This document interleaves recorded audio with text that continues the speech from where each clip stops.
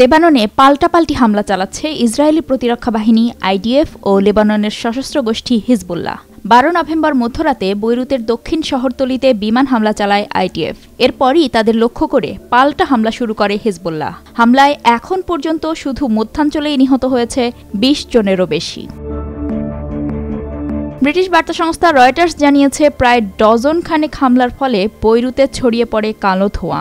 IDF দাবি করেছে, হামলার আগে সামাজিক মাধ্যমে বেসামরিকদের উদ্দেশ্যে সতর্ক বার্তা পোস্ট করে তারা। পরে তারা বৈরুতের দাহিয়াহ এলাকায় হিজবুল্লাহর লক্ষ্যবস্তুতে আঘাত করে এবং গোষ্ঠীটির অধিকাংশ অস্ত্র ও ক্ষেপণাস্ত্র স্থাপনা ভেঙে দেয়। তবে আবারও পুরনো অভিযোগের পুনরাবৃত্তি করেছে আইডিএফ। বলছে, হিজবুল্লাহ ইচ্ছাকৃতভাবে বেসামরিক এলাকায় অবস্থান নিয়ে তাদের ব্যবহার করছে মানব ঢাল হিসেবে।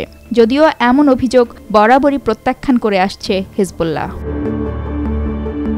ইসরায়েলি পুলিশ জানায়, উত্তর ইসরায়েলের নাহারিয়া শহরে একটি আবাসিক ভবনে হামলায় নিহত হয়েছে ২ জন। পরে নাহারিয়ার পূর্বে একটি সামরিক ঘাঁটিকে লক্ষ্য করে ড্রোন হামলা চালানোর কথা স্বীকার করেছে হিজবুল্লাহ। উদ্ধারকারীরা জানিয়েছেন, একটি ড্রোন হাইফা শহরতলির একটি কিন্ডারগার্টেনের উঠোনে আঘাত হানে।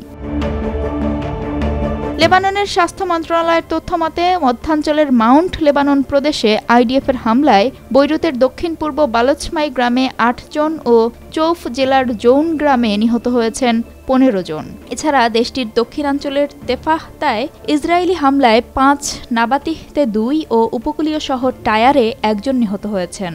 উত্তর পূর্বের হারমেলে হামলায় আরও ১ জন নিহত হয়েছেন বলে জানিয়েছে মন্ত্রণালয়। সেপ্টেম্বর মাসে সেখানে ইসরায়েলি বোমা হামলা শুরুর পর থেকে বৈরুতের বাসিন্দাদের অধিকাংশই দক্ষিণের শহরতলি ছেড়ে পালিয়ে গেছেন।